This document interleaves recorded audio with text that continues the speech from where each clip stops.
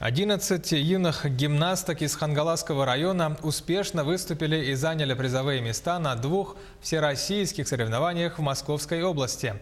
Наш телеканал «Якутия-24» в рамках акции «Добрый февраль», объявленной к 2-летию телеканала, решил поощрить маленьких спортсменок. Сюжет Виолетты Засимовой.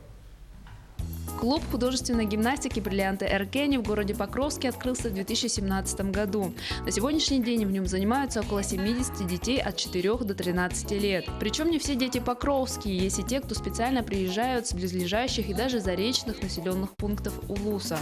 Тренировки проводятся 3-4 раза в неделю по 1,5 часа. Перед соревнованиями мы занимаемся по 5-6 часов в день. Девочки ходят, ездят. И зал нам предоставляет Дворец спорта города Покровска. Для поездки на всероссийские соревнования в Московскую область были отобраны 11 воспитанниц клуба.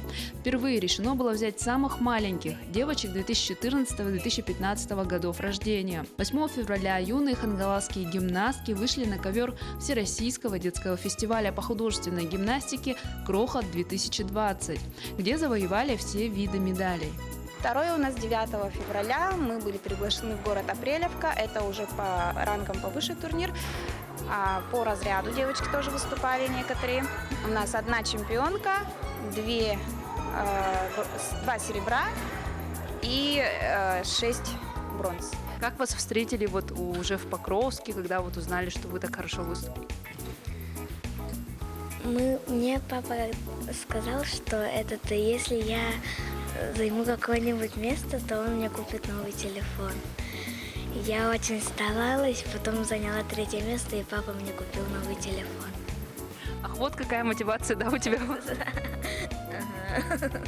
Телеканал «Якутия-24» решил сделать сюрприз для маленьких гимнасток клуба «Бриллианты Эркени» в виде поездки в зоопарк Ортодойду. Сотрудники якутского зоопарка с радостью поддержали нашу идею и в телефонном разговоре пригласили девочек к себе в гости. Приглашаем вас посетить 28 февраля мероприятие, посвященное хозяину Арктики белому медведю. Вы сможете увидеть кормление ломоносова тортом, принять участие в викторине и посмотреть на экране, установленном в кафе, самые свежие кадры из жизни медведицы Коломаны и ее маленького белого медвежонка. 28 февраля телеканал «Якутия-24» будет сопровождать девочек во время их поездки в якутский зоопарк и покажет счастливые лица юных спортсменок. Виолетта Засимова, Федор Тарасов, Хангаласский Улус.